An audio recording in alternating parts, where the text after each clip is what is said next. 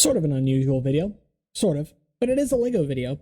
So I've decided, after looking at all three of the Lego Space Technic sets, that I'm going to get one. Specifically, I'm going to get the smallest one, which is weird because it's actually not the one that I want the most, that I desire the most, but I think it is the one that has the most room for improvement. If you're not familiar with the set I'm talking about, it is this one right here, 42178. Don't quote me on that. I'm not looking at the resource, but that said, it's an interesting set at the very least, and I think there is a lot to love about it. I think aesthetically, this is actually a really good set, and in terms of the functions, it's not too bad either, but there are a couple of things that I think could be done better. First of all, this is essentially a lift of some kind, some variation on a cargo vehicle. It's called the Surface Space Loader. However, the actual loader on this vehicle leaves a lot to be desired, at least in my opinion. It is this little assembly right here, and that is it, actually. It moves off to the side of the vehicle, and then it can drop down. You have to do the rest manually, which that is fine for the most part. It'd be really nice if maybe it had some method of turning the wheels like a full 90 degrees to move sideways, to crab walk, essentially, because that would mean that you could line up the basket, whatever your cargo is, and just move the vehicle where the clip is essentially lined up with the bar on the cargo itself. That's no big deal, and that is asking a lot out of a set like this. However, for what it's worth, I have developed a system to do this, which is fairly compact. That's going to be saved for a different video. I don't know that I'm going to add it on here, but if I can find a way to add it on here, which doesn't impact the aesthetics too much, that still makes it look nice, then I'll play around with it. No, what I really want to fix is the location of the lift. Essentially, I just want to make it better.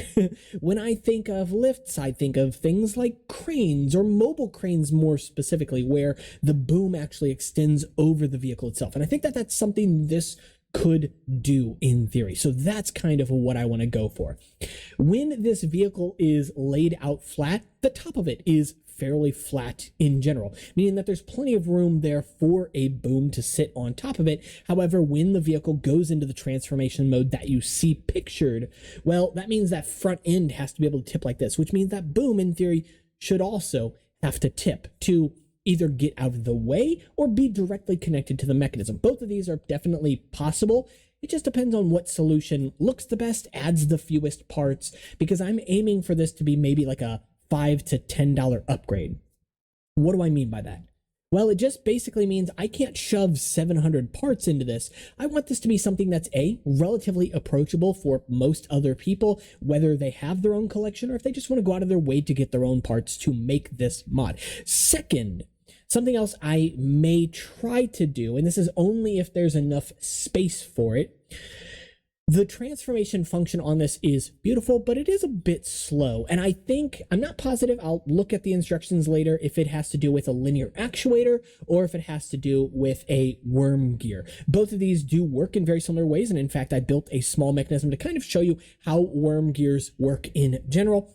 You're paying attention mostly to this aspect here. You can see that there's this worm gear on the side, and worm gears have a very unique property to them in that they essentially translate motion to a different plane, right? Usually perpendicular to what plane they are rotating on. So in this case here, the rotation goes from being this direction to this direction. Does that make sense? But also there's a decent amount of friction involved in that. Not friction in the input, but in the output. So much so that this is near impossible to move. There's a bit of wiggle room. These are Lego pieces after all. And of course, there's always going to be backlash in systems the more gears you add, right?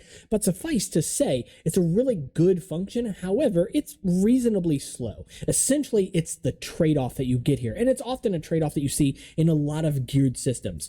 Do you want power? Do you want speed, right? Usually these two things are balanced against each other, but there are methods of kind of getting both, right? So another method that you can use, something else I built into this, is a ratchet mechanism. So as I showed here, if you try to move this, you basically can't, right? Because that worm screw gear really prevents any of that rotation being translated to this axle. So it essentially acts as though this is locked into place.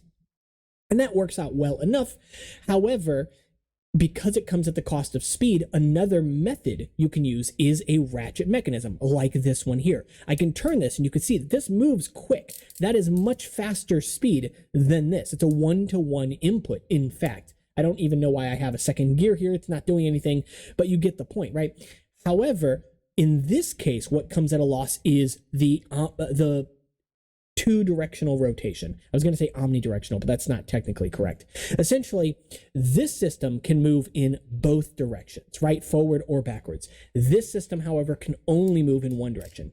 Now, that's not the only type of ratchet mechanism. There are other types that can move in multiple directions. So there are trade-offs with all of these things. This was a very quick assembly that I just put together on the top of my head. Didn't look any of this stuff up. So there are definitely better ways to do this. But for all intents and purposes, it shows you what I'm getting at here. If this is a linear actuator system, or if this is a worm screw system, in both cases, it's going to be a fairly slow mechanism. That's not always a bad thing. In some ways, it's kind of realistic, right? But if there is a way to speed it up, I'd like to do so. One of those ways is just gearing ratios in general, swapping around gears, making sure that you're using larger like input gears from output gears so that when you turn it, it goes faster. But in that case, you're often going to lose power. It could be harder. It might require more torque to turn the input to get it to move. So that's why I say, if there's room for it, if it makes a difference, I may add it, but I'm not actually that worried about it. The main thing I'm worried about with this build is the lift. It's called a lift. I want to make it a lift, and I want to make it more approachable for more people to work with. That's essentially the change I want to make. The last thing I wanted to address is just the very tiny arms on this build because they're so small. They're for all intents and purposes, this is a interplanetary vehicle, right? This is riding on a different surface, in a different world, away from people. Obviously, this is designed with a cockpit in place, so you can imagine that there's a person on board, but let's just assume that it's a rover, that it's electronically controlled, whatever, right? In those scenarios, you likely want an arm that has pretty good reach because A, that means less that you're going to have to drive the vehicle itself, because anytime you start to move the vehicle, you are putting it at risk. It can get stuck on something, it could flip over, it could fall down something, it could whatever, right? And so having these arms available that can reach out further just makes more sense in general. If it breaks, it's not the whole machine breaking, for one thing, and also at the same time, it's just more fun, to play around with. When this machine is in its flat mode, let's just call it, it's still a good looking machine, but then those arms are really hard to get to because they're kind of tucked underneath the body, right? So although they can reach the ground or get pretty close to it, because they're tucked underneath the body, they're hard for you as a human to get to. However, when the machine is lifted, it's much more open, much more accessible, but then they're further from the ground. So you see the trade-off here. So that's an easy fix, but if I can add some kind of functionality to it for no other reason than to make it a little bit easier to access, that would be cool. So what is on my list of things to do? In summary, the lift is the number one thing to fix. I'm perfectly fine scrapping the current lift that is on it. Then next up comes the speed of the actual movement, the transformation feature. I would like for it to be faster, but that is not necessary by any means at all. I have all the time in the world to turn a gear and watch it go. That's fine. Third, as I mentioned, those arms, really I would even swap those. I think the arms are more important than the speed of the transformation. And fourth, if I'm able to fit it, if I can do so in a way that doesn't inhibit the other functions, and if I can do so in a way that doesn't compromise the parts count, then adding the ability to either crab walk or increase this turning radius on this vehicle specifically, that's the fourth most and final modification that I want to make.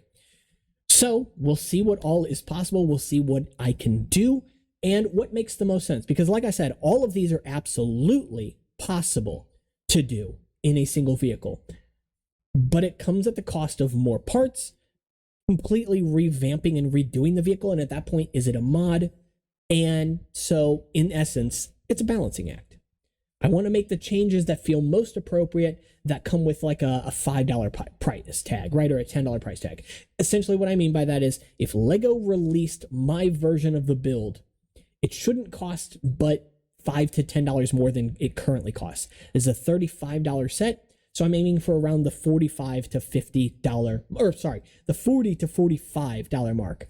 So that roughly means between 500, 550-ish pieces. I would like to cap off at 550 pieces, 1 or 2 overs, no big deal, but that's it. All right, so if you guys enjoyed this one, if you anticipate this build, make sure to leave a like and subscribe because it does, of course, help out the channel. And of course, as always, let me know your thoughts on Technic Space in general. I am so hyped for it.